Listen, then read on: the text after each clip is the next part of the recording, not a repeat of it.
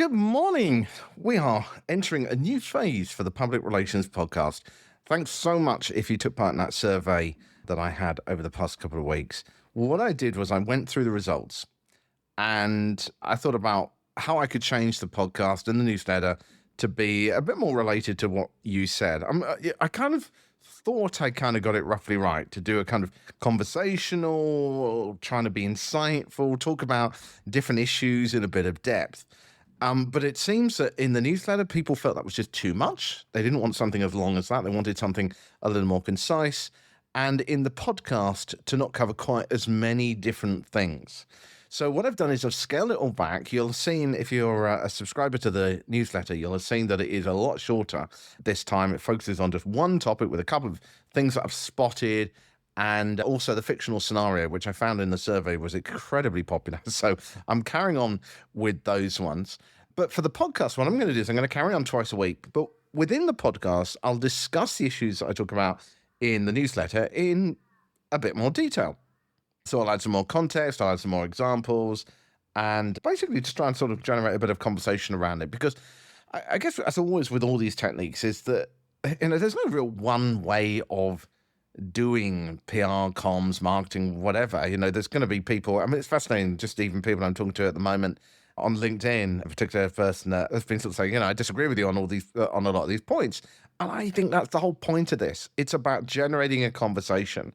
So if you disagree with me, if you agree with me, I love hearing from you. It really is interesting to see what techniques we can use, what we can improve, and what people are doing within the world of comms and PR. So that's a bit of a rambling introduction. Let me actually get on with what I was going to talk about in this particular episode. So this is the first of the two this week. The first thing I was going to talk about, by the way, if you do want to still take part in the survey, you can do that by going to the Public Relations podcast and click on the survey button on there. So let me start off with the first one. And this is an interesting one from Microsoft. And they've made a bit of a mess of one of their biggest game releases for a while, which is the Microsoft Flight Simulator 2024. And it was released last week. And the moment that everyone who'd bought it, and it's quite an expensive game, tried to go in and load this game, it wouldn't start. And this wasn't just like a few people. This was like the majority of people had this problem. And it saw the game's ranking drop from 5 out of 5, sort of a score, down to 2.5 out of 5 very quickly. And just a catalogue of comments and streams of anger saturating their support channels and social media, asking what had gone wrong.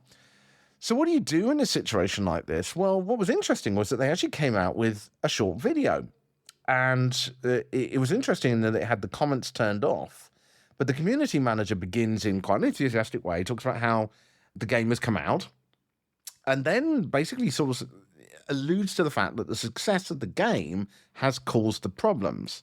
And they then talk to the CEO of the game, or the game-making company called Asobo, and to a technical person, I can't remember exactly what their role was, to ask what had actually happened. And they start talking in quite technical language. So what can we see in the way they approach this? I mean, is this a strategy that you could copy if you get into a situation like this? I think, first of all, obviously it was a big mistake. Whatever happened technically, that obviously has got to be dealt with. There's no question about that.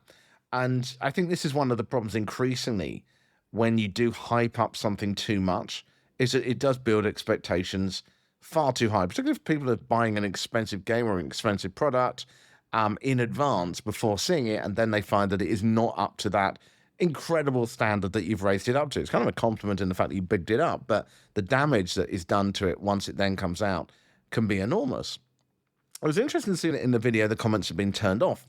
And at first, my initial thought on this was that really you want to be allowing comments, but then I thought, well, actually, everyone knows what the vibe is already. There is actually nothing to discuss. So all that would happen in those comments would be a stream of vitriol from people. So I think on balance, while it might have seemed like they weren't interested in hearing from people, I think on balance, it probably generated less of a problem than them having it switched on. The next thing I really liked was the fact that the CEO was on there. And I'm a big fan of this, and also this technical person. So rather than just getting someone junior or some official spokesperson or some kind of statement, there was a CEO in a video which was recorded live, wasn't released live, but recorded live, which made it feel more authentic as well. And there they are apologizing for the problem. And I think that's important because it basically shows that the person at the top is apologizing and understands how you feel and recognizing it. And after a lot of criticism that comes out there is just simply that, they're looking for someone to go, I understand. I'm hearing you. We are hearing you. So getting the CEO to go on that video, I thought was good.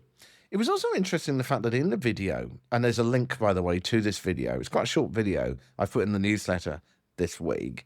I was also interested to see how they spoke in very technical language. And at first I thought this was really bad for communications, but then I thought about it, that there is actually some kind of logic in this, because number one is that they actually explained literally what the problem was in technical details. And I think for any kind of technical people or computer savvy people, they're going to understand what was going on. For everyone else, and this kind of included me in this one, was that it sounded like they knew what they were doing, even if I didn't understand it. It sounded like it was really complex and highbrow, and there was nothing you could do. So the video, in a way, was boring, which was good, but you couldn't accuse it of lacking content of explanation, which I thought was a really interesting approach to it. The only thing I think which grated on me, which I think they did wrong, and I don't know what your thoughts are if you watch this video and what you see about, is that they kind of framed it at the beginning of being the cause of this was the huge success of the game. Now, while that may well be true in terms of sheer numbers, they had stress tested it, and people don't want to hear about the success of the game at that point. It sounds like spin. It doesn't sound like authenticity. I think when you try and start to frame something as good, when it is basically all bad, it's just going to grate on people who've spent a lot of money on this. There was one other point that I thought was worth noting, and that was the role of the community manager in this. And the community manager was acting in the way they came across as being not really part of the company. They were being there as the person representing the community and asking the questions. So although obviously they were asking the right things and not upsetting management or anything, they were kind of almost giving the feeling when you watched it of that they brought the CEO and the technical person forward for you to hear from. And I thought that whole approach of having the community manager makes people feel like they've got a voice in there. And number two, it actually softens the antagonism between the company itself and the players, because it kind of acts as a softening bridge between the two. So what can we pull out of this? Firstly, obviously, is overhyping can really backfire. Secondly, I think it's really good to get the CEO and the technical person on a pre-recorded video but filmed live, because that shows that you're actually listening. I thought having the comments off was something that's going to depend on the exact situation. I thought talking in technical language and explaining in detail what actually happened was good for transparency and also for overwhelming people with a sense of, oh, okay, well, they'll get it fixed. And finally, I thought the community manager's role was really good, the way they came across as being separate from the company and as someone that was on your behalf. So I think there's some really powerful things you can use there if you come up against this situation. Okay, the next thing I'm going to talk about is framing of pitches to make them more powerful by using the frame of a trend. And I'll talk about that in just a second, just to say that coming up on on Thursday, not on Thursday, I'm going to talk about Coca-Cola's latest Christmas ad and how that backfired a bit and some of the lessons we can learn about how we work with AI. And also, I'm keeping the comms conundrum, the scenario where you have to decide what you want to do in this particularly difficult situation. I'll have that for you on Thursday. But first of all, let me talk about this framing. I don't know whether you've been watching this show called The Diplomat on the TV.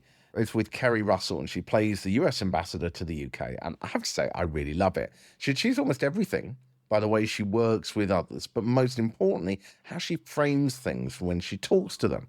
Now, this show might be fictional, but I've seen so much of this in the real world of politics during my time in it and as a journalist as well. And I think actually when you watch this show, it's almost a masterclass in how framing stories as trends or as something that is emerging makes stories that might otherwise seem insignificant on their own stand out. And when you think about why a trending frame is effective, why does it work? Because it taps into that universal motivator of FOMO, fear of missing out. When something feels like it's gaining traction, people, especially journalists and influencers, which is who we're really kind of trying to reach here, pay attention. So instead of pitching a story as just another story, you present it as part of a larger cultural movement, creating momentum and compelling others to act. You basically use this frame as a way of getting people to respond to you, cover stuff, and get that out there. So why does it work so well? Well, I mean, trends, or the whole concept of a trending story, obviously breeds urgency. It's timely. Immediately, any kind of journalist or influencer or anyone that's going to be valuing timely content is going to see that as a priority. They're going to want to know what's going on. They're going to want to know what's the details behind it as much as possible. Another aspect is that other people are starting to get on this. Now, it's small at the moment. This is the very nature of a trend beginning.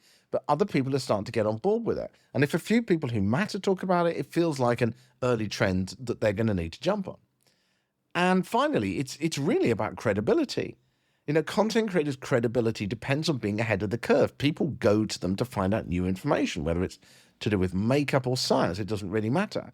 So it's really important for them to be on top of trends. So by packaging a story as a trend, it makes it that much more irresistible. So how do you go about applying this yourself? How do you do this with your current campaign? Well, for example, I think there are three sort of steps.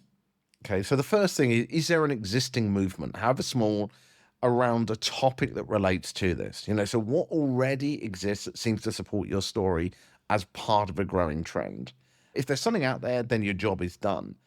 So in this particular case, you would be saying something like in your pitch, there's been a huge shift in how people do X this year. Instead of just going in cold, you can use that as the evidence to back up the idea that this is a trend that is happening. But what if that still isn't strong enough? What if there isn't anything out there really that's doing it? Then in which case you want to be creating proof that your trend exists. And I don't mean, in huge, great time-consuming ways. I'm talking about literally by building conversations around your topics, using forums, social media, or influencers. A few external voices are going to back up your claim that this is a trend. You obviously want to be aiming for the low-hanging fruit, get the easy people to speak first, and then move up from there. But you might want to go in there. I mean, one of the ideas that you'll find me talking about when I come up with a comprehensive module on this is developing controversies. And this is something that I've seen used by agencies in the past. Is the way to get people talking about something is to start a bit of a debate.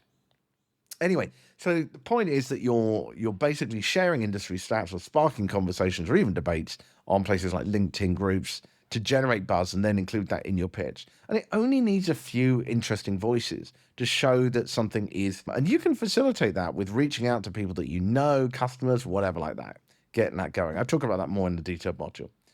And finally, once you've got some kind of evidence, whether that is from something that pre-exists or something that you've created yourself, you then want to obviously be pitching it. But the key thing here is to pitch with enthusiasm.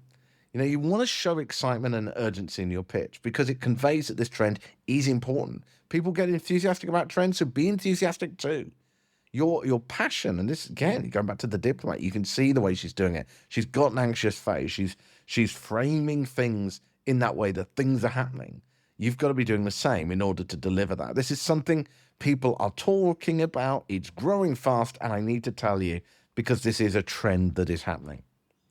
There's a few mistakes I think that are made when you're trying to pitch something as a trend. And I think first one is overusing the trend frame, because if you go to journalists and you say everything's a trend, they're not going to believe you. You're going to shoot down your own credibility. So choose stories with some real potential that just need a bit of a boost. Then there's skipping the proof aspect. So going to a journalist and just saying, this is a trend, but not being able to back it up. Get some evidence. It doesn't have to be a lot of it to make this work. Ignoring relevance. A trend must align with the target audience's interest. It must be believable that it could indeed be a trend. And finally, premature pitching. Building a bit of evidence before you start reaching out. Make sure you've done that, because otherwise you're going to get caught out. So that, I think, is the value of pitching something as a trend, making sure that you've got a bit of evidence to back it up, and then going in with the enthusiastic approach. And it is incredibly effective. I remember people coming through to me that would be pitching something like that, and you're always short on time. And providing this person hasn't raised any questions before, hasn't misled you anything before, and has provided a bit of evidence, then you're more likely to run a story that is a trend because you don't want to miss out than you are a story that just seems like an also-ran story. That might be timely, but just doesn't have that feeling of it's got a growing conversation behind it. So there's a few thoughts on trends. As I was alluding to there, I am now working on, this is one of the things that actually came out of the survey, I'm now working on a sort of library of modules of different techniques that I've gathered over the years and from people I've spoken to, which is going to be something that I'm going to develop to support the podcast. So there will be a sort of fee on that, but I will let you know more about that in case you're interested and want to sort of use this directly in your work, because the modules are being written to be something that you can apply in that moment when you need it. Right, so that's it for Tuesdays. This one's actually gone on for a bit. As always, I'm interested to know whether you think I've rambled too much or whether it's been useful, whether you want something more concise in the podcast. Do let me know. You can always reach out to me on LinkedIn, Richard Midson, Midson, Midson. That's it for the moment. I will speak to you on Thursday. I'll have the comms conundrum, the fictional scenario, and also that story about when you can go maybe too far with AI and what maybe you could do about that. I'll speak to you soon. Bye.